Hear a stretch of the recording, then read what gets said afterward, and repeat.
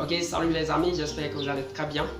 Ce matin, encore une fois de plus, je suis ravi de vous retrouver sur ma chaîne YouTube. Ça fait un bail, mais le Seigneur nous fait la grâce de nous retrouver une fois de plus. Nous allons voir un thème très important ce matin, le mécanisme qui se déroule entre la pensée et le subconscient. Napoléon, il l'a dit dans son livre, que les pensées de l'homme se cristallisent rapidement en habitudes et les habitudes se matérialisent rapidement en circonstances. C'est ce que nous allons plus expliquer dans cette courte vidéo. Le subconscient se sert de la pensée et la matérialise à son équivalent physique.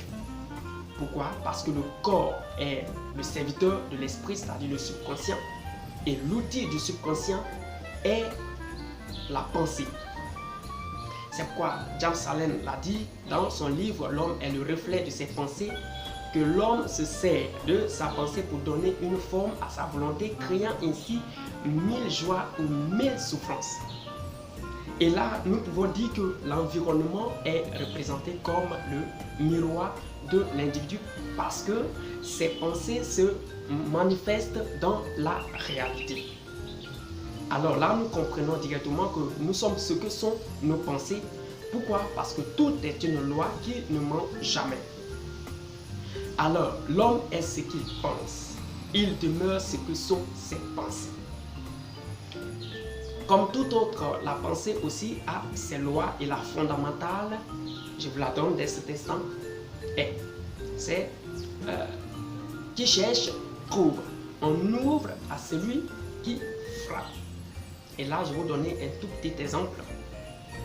Le subconscient, ou bien l'esprit de l'homme est représenté comme un jardin. Et la sémence ne sont rien d'autre que les pensées.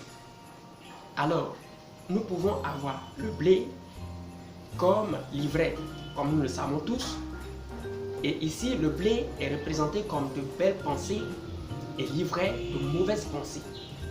Alors, si tu nourris des mauvaises pensées en toi, si tu laisses enraciner de mauvaises pensées, les résultats seront des circonstances très pénibles.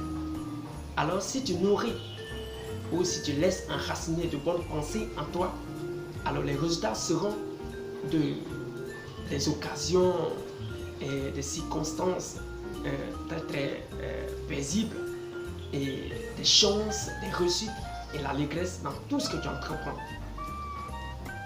Pourquoi nous parlons du jardin? Parce que la pensée influence, ou bien la pensée a un effet sur notre caractère, et notre caractère a surtout influence les circonstances et notre destinée. Là, je vais vous donner un tout petit exemple sur un élève de terminale D qui doit passer le bac. Alors, on suppose qu'il commence ces années scolaires avec des notes très médiocres, les 0,3, les 0,2, les 0,4. Et du coup, un soir, il s'assoit et il pense à son sort. Il dit, mais tiens, si je reste dans cet état, alors en fin d'année, je ne serai pas déclaré admis. Et que dois-je faire? Et là, il prend la décision de prendre à main ses études.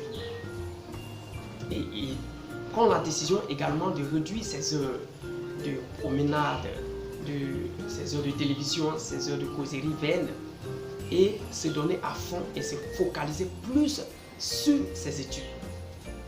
Ce que nous allons constater dans le jour à venir, c'est que ses notes vont carrément changer, mais cette fois-ci positivement.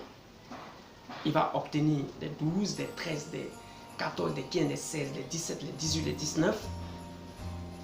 Et là, en fin d'année, il sera admis à son bac.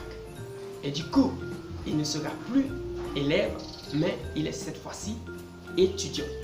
Là, nous comprenons clairement que cette simple pensée qui a traversé son esprit cette nuit et qu'il a nourri en lui-même, alors a influencé son caractère en telle enseigne que ses notes sont passées des notes médiocres aux très bonnes notes.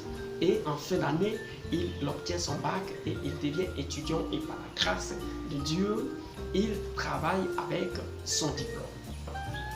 Là encore, je vais vous donner un tout petit secret. Vous savez, le subconscient enregistre clairement toutes les pensées qui traversent ton esprit les 4-5 dernières minutes avant de dormir. Pour expérimenter ceci avant de dormir, alors dis-toi que dès demain je fais ceci, je fais cela, je fais ceci, je fais cela. Et lorsque tu vas te lever, souvent même inconsciemment, tu seras redirigé sur cette activité ou sur cette tâche. Parce que le subconscient ayant enregistré ce que tu as eu à nourrir comme pensée avant de dormir, alors mobilise le corps tout entier et là tu auras la force à faire ces tâches par rapport aux autres. Là nous comprenons que l'homme peut forger et construire son devenir par le biais de la pensée qu'il nourrit en soi. C'est pourquoi James Allen également encore l'a souligné que l'homme ne peut choisir directement les circonstances qui l'entourent, mais peut choisir les pensées qui par conséquent se matérialisent en circonstances. Là c'est un point très important. Pour dire quoi? Des fois nous nous rebellons et nous disons mais pourquoi est-ce que moi je passe dans des conditions difficiles, je ne fais que croiser des problèmes, pourquoi ça m'arrive ainsi? Et pourtant j'aspire à de belles vies, à de belles choses. Je vais te montrer le secret. Et là ton problème est que, bien vrai, tu aspires à de bonnes choses, mais dans ton fort intérieur tu nourris la cause des mauvaises circonstances. Je m'explique. Tu te dis, il faut que j'ai de belles villas, de belles voitures, je vive bien, j'ai le nécessaire, soit même en abondance. Mais dans ton fort intérieur, tu te dis que, mais tiens, est-ce que ça sera possible? Moi, je ne suis pas capable. Ça, c'est fait pour l'autre. Moi, je n'ai pas la connaissance, je n'ai pas le pouvoir, je ne suis rien, je suis influent. Passer dans des conditions difficiles.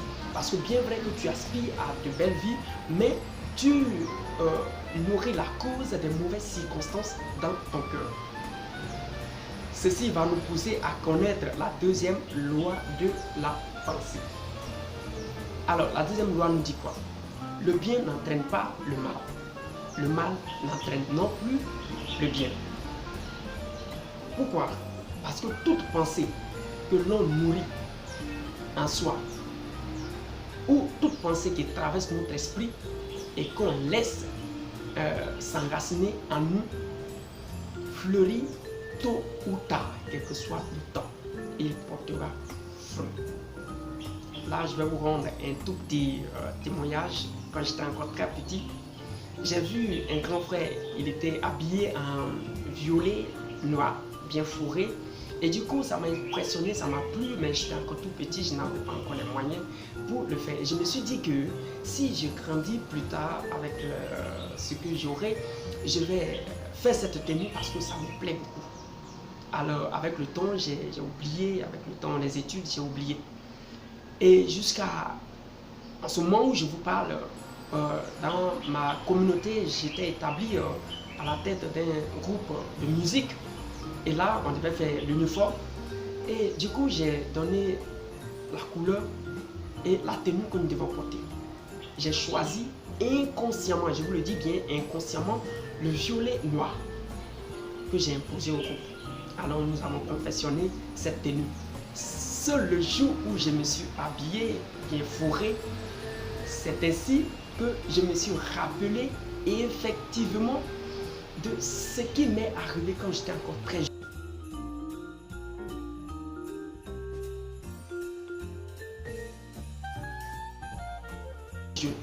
Alors quand j'ai connu cette citation, je l'ai approuvée parce que réellement j'avais nourri cette pensée en moi et avec le temps, elle s'est reproduite. Alors, ce que nous devons savoir, c'est que tout être humain qui ne prend pas au sérieux ses pensées ne peut prendre en main ses affaires. Il ne peut réaliser quelque chose. Parce que toute belle réalisation que nous voyons, que ce soit en affaires, en entreprise, que ce soit spirituellement, que ce soit physiquement, que ce soit matériellement, ont toujours été causées par des pensées bien dirigées. Alors pour atteindre la perfection du corps, il faut prendre soin de ses pensées. C'est pourquoi nous devons réfléchir à notre manière de penser actuelle. Et là, nous allons voir Jean-Pierre Anlard qui l'a dit dans son livre « Pensez riche, devenez riche ». Alors le seul moyen de changer radicalement une vie qui ne nous satisfait pas est de changer radicalement notre manière de penser et notre manière d'agir. Alors pour terminer, je m'en vais te dire que il faut lier ta pensée à un but.